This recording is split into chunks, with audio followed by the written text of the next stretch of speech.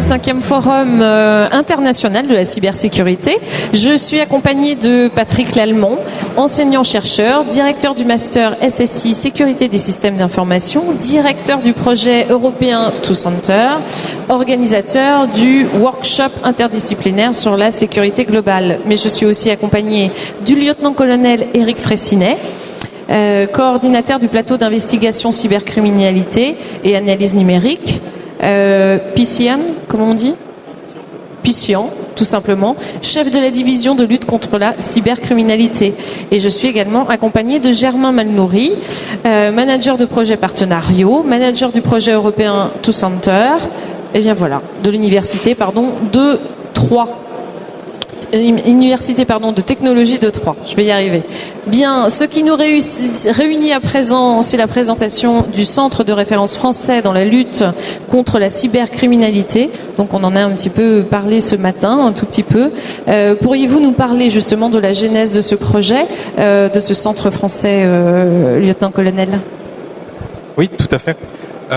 Il est né de la conjonction de deux projets. Un projet sur lequel on travaillait au niveau européen avec nos collègues des services de police de toute l'Europe sur la formation des enquêteurs en cybercriminalité, l'harmonisation de ces formations entre les services de police en Europe et le travail qu'on menait depuis 2005 avec l'Université de technologie de Troyes sur nos formations d'enquêteurs spécialisés en France.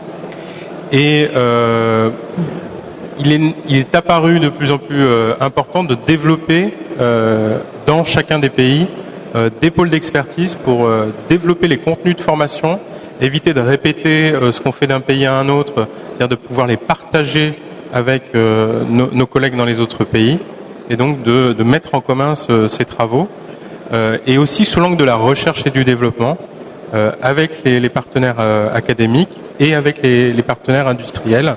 Donc monter des projets partenariaux et les lancer dans les différents pays. Et donc il y a 3 ans, suite à un rapport qui a été présenté à Strasbourg devant le Conseil de l'Europe, est né ce projet de monter des centres d'excellence dans les différents pays.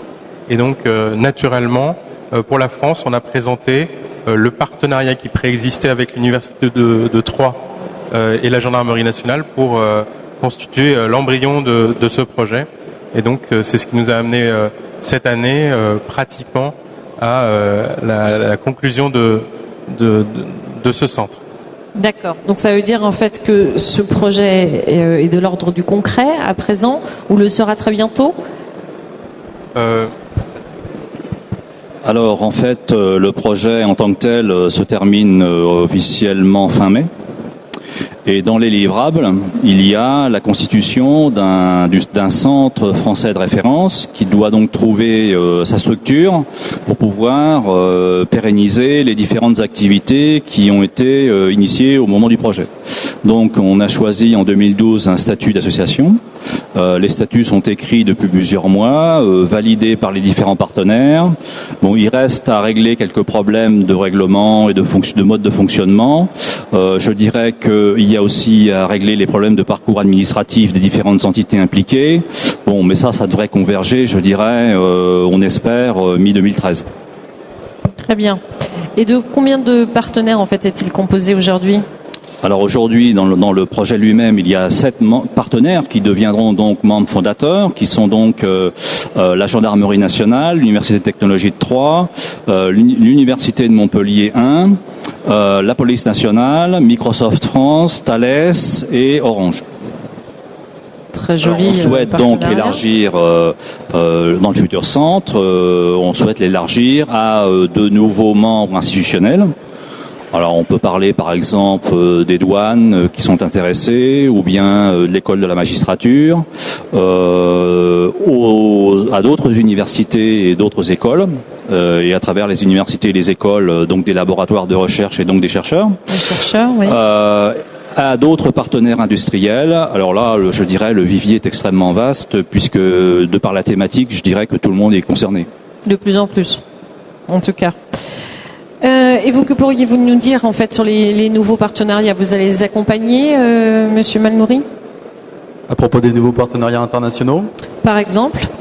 nous sommes en relation aujourd'hui avec 7 centres européens, donc l'Irlande, le Royaume-Uni, l'Allemagne, l'Estonie, la Roumanie, la Belgique aussi, avec qui nous entreprenons un échange de programmes de formation avec la police fédérale belge. Nous travaillons aussi avec l'Espagne sur des programmes de formation communs, puisque la volonté de l'Europe, qui finance, tous ces centres européens sont financés par le même fonds européen, ce n'est pas de réinventer la roue à chaque fois. Au contraire, un centre va créer un produit de formation pour une police ou une gendarmerie locale, et cette formation dans un sujet doit être exportée et transférée au niveau européen. D'accord. Et quels sont vos objectifs pour les 2 prochaines années en fait pour ce centre? Je pense que le principal objectif aujourd'hui est la pérennisation de nos actions, puisque nous avons débuté dans des actions de formation en partenariat avec la gendarmerie. Ces formations aujourd'hui existent, à la fois en présentiel et à la fois en formation à distance. Notre principale préoccupation, c'est que les technologies évoluent très vite. Il faut les mettre à jour. On ne peut pas rester comme ça sur des formations qui vont être utilisées pendant des années sans pouvoir les mettre à jour.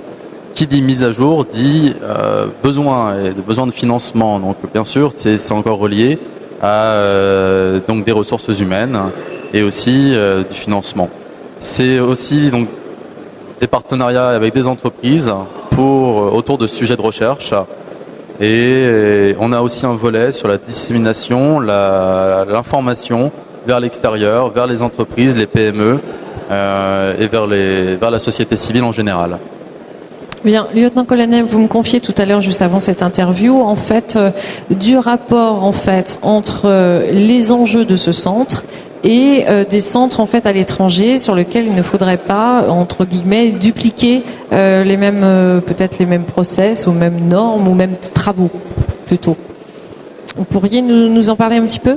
Oui, c'est ce que disait Germain juste à l'instant. Par exemple, dans le cadre du projet qui est en train de se conclure et qui était financé par la Commission, on a monté un certain nombre de produits de formation, comme un qui est destiné aux premiers intervenants, c'est-à-dire l'ensemble des enquêteurs de la police et de la gendarmerie. C'est un outil de formation à distance qui est en phase d'expérimentation actuellement. Et une partie de ce produit pourra être réutilisée par d'autres pays, c'est-à-dire qu'on l'a construit de façon à ce qu'il soit facile à traduire dans d'autres langues, à adapter sur le plan juridique. Les parties spécifiques à la France sont clairement identifiées pour permettre à un autre pays de le prendre rapidement en compte. Un autre projet qu'on a mené, c'était sur les systèmes Windows 7 et leur analyse par les enquêteurs spécialisés. Et dans le même esprit, l'ensemble des contenus à 99% est très rapide à traduire dans une autre langue et donc à être exporté vers d'autres partenaires.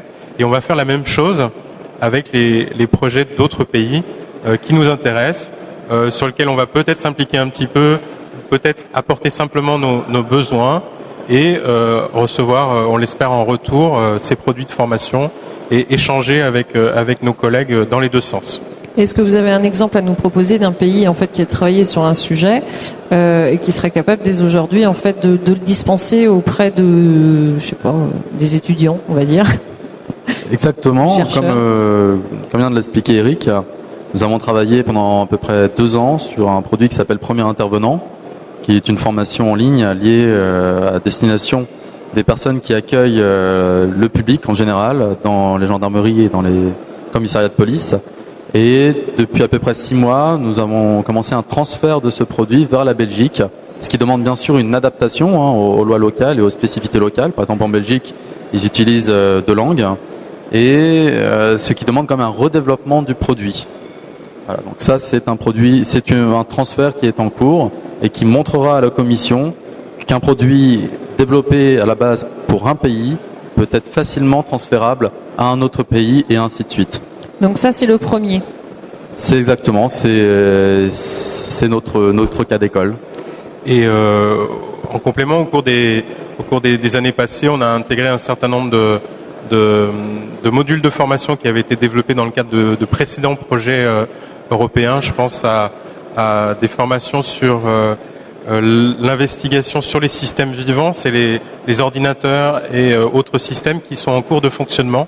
On a intégré un petit peu du contenu de ces formations dans les formations qu'on délivre aujourd'hui à nos enquêteurs spécialisés. Et donc on le fait déjà pour de nombreuses formations dès aujourd'hui. D'accord. Eh bien, merci messieurs. Est-ce que vous souhaiteriez rappeler quelque chose concernant ce nouveau centre donc qui se finalise entre guillemets d'un point de vue administratif mi-mai sur la recherche particulièrement de nouveaux partenaires étant donné l'ensemble des personnes présentes je crois du que Forum international de la cybersécurité aujourd'hui. Le futur centre va travailler. Alors, on a 4 axes de travail qui ont été définis, qui sont pas très nouveaux par rapport à ceux qui existaient déjà. Donc, promouvoir la formation. C'est-à-dire identifier les besoins, être capable de faire remonter l'ensemble de ces besoins vers les différents acteurs institutionnels qui font des formations diplômantes. Ça peut être éventuellement de répondre à des besoins au cas par cas, ça peut arriver. De router donc les différents besoins vers les bons acteurs. Au niveau de la recherche, je crois que c'est de promouvoir la recherche sous une forme qui serait par exemple d'accélérer en quelque sorte la constitution de consortiums pour monter des projets, pour répondre à des appels à projets, que ce soit au niveau français ou au niveau européen, de par le fait que les acteurs se connaissent très très bien. Ensuite, un aspect transfert. Alors l'aspect transfert, moi je verrais bien par exemple la validation des outils développés pour mener des enquêtes en open source par exemple, ou bien la validation, le benchmarking d'algorithmes qui seraient en fait constitués dans des laboratoires de recherche et qui auraient besoin en quelque sorte d'être plus ou moins validés par des end-users. La veille. Alors je pense que l'aspect veille sous forme d'études, par exemple vis-à-vis de la perception du risque, donc on a déjà mené dans le cadre du projet de centre vis-à-vis des PME par exemple, ou vis-à-vis des entreprises en général. Et puis il faudra donc aussi s'interfacer, interopérer avec les autres centres européens, en sachant globalement quelles sont un peu leurs thématiques à la fois prioritaires et leurs thématiques d'excellence. Très bien. Vous les rencontrez déjà, ces différents centres européens ?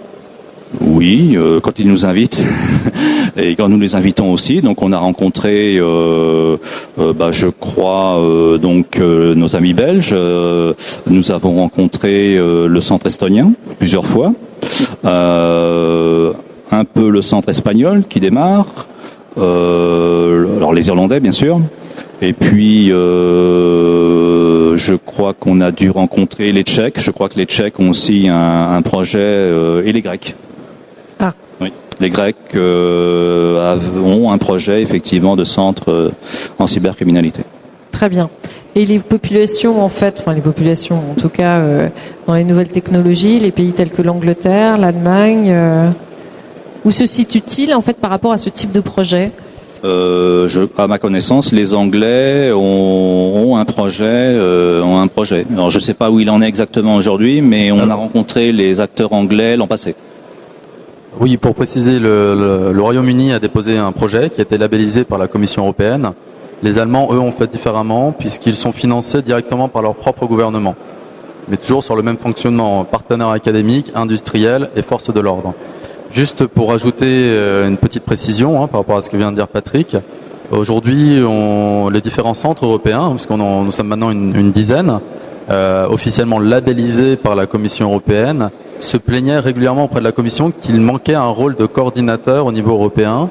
Et la Commission a décidé de tous nous réunir au mois de mars, le 14 mars 2013 à Bruxelles, pour mettre en place une véritable coordination de ces actions nationales au sein d'un réseau international, et on l'espère, cette coordination sera concrétisée au sein du Centre européen de lutte contre la cybercriminalité qui, lui, est aujourd'hui hébergé à Europol et en fonctionnement depuis le 1er janvier 2013.